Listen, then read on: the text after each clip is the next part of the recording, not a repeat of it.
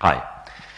I don't know if I should talk about all the pleasures of life or I should talk about why I'm so angry. Hayatın zevklerinden mi yoksa neden bu kadar kızgın olduğundan bahsetsem acaba? In my whole life, music has played a very essential role. It's been a great pleasure. It's taken me to new dimensions of understanding what life is. So it's giving me a lot in my life. Müzik hayatımda çok merkezi bir rol oynadı. Beni başka yerlere götürdü ve birçok şey sorgulamamı sağladı. Some people believe that music is a bad thing.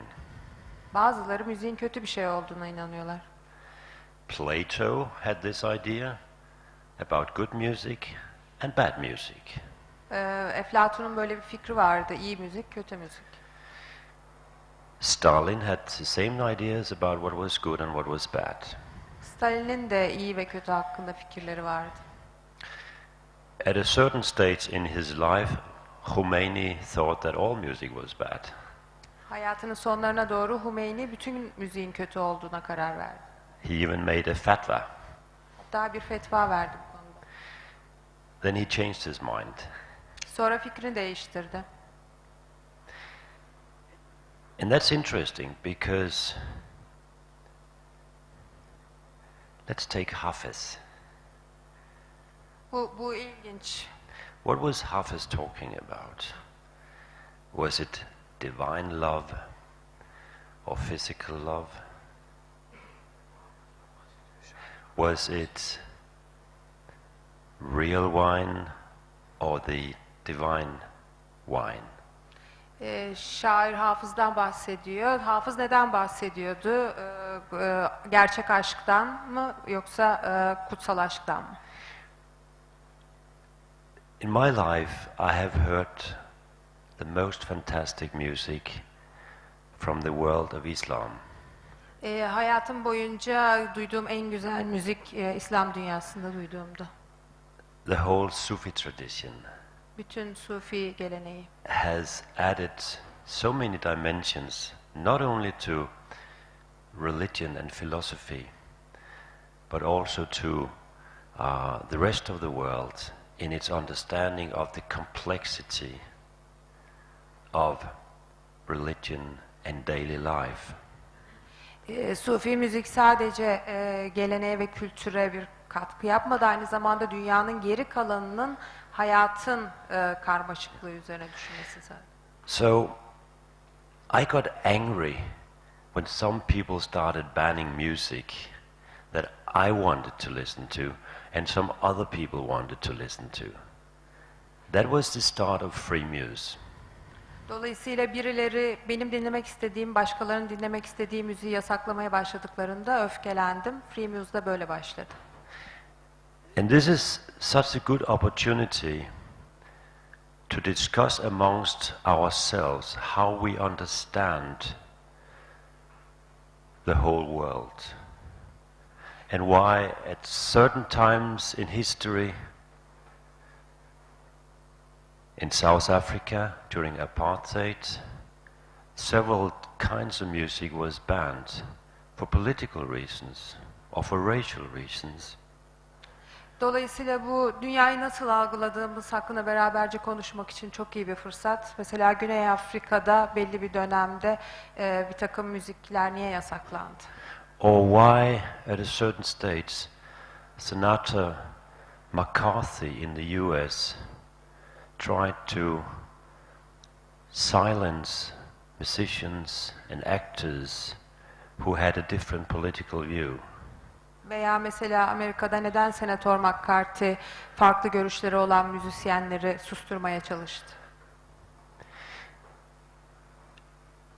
I'm trying to understand the mechanisms, the arguments behind these kinds of censorship. It's not enough to say, oh, they shouldn't do this, they shouldn't do that. I really try to understand why someone feels that he or she is able to tell me or his neighbor what is good and what is bad. Bütün bunların arkasındaki mekanizmayı anlamak istiyorum, tartışmaların mantığını anlamak istiyorum.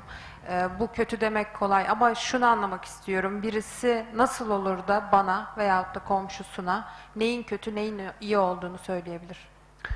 And we can make endless declarations. Sonsuz sayıda deklarasyon yayınlayabiliriz. We can try to see the other one as an enemy. Diğerini, ötekini düşman olarak görebiliriz.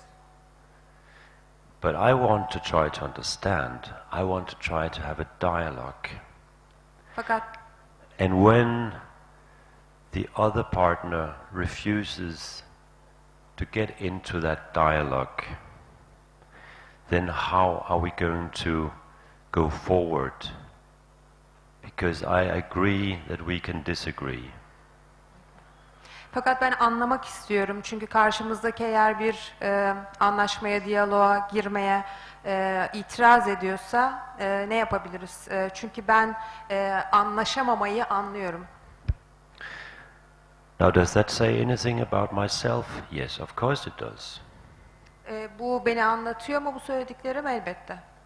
I could also have told you that I loved to play football when I was young. Size gençken futbol oynamayı sevdiğimi de söyleyebilirdim. Or that I did not particularly like to go to my school. Veya okula gitmekten özellikle hoşlanmadığımı. Because the first concert that my group was trying to organize in my school was banned by the headmaster. Çünkü grubumun benim okulumda düzenlemek istediği ilk konser müdür tarafından yasaklanmıştı. He thought that because we were playing electric music, we would destroy the grand piano, the Steinway. Çünkü elektronik müzik çaldığımız için piyanoyu rahatsız edeceğim.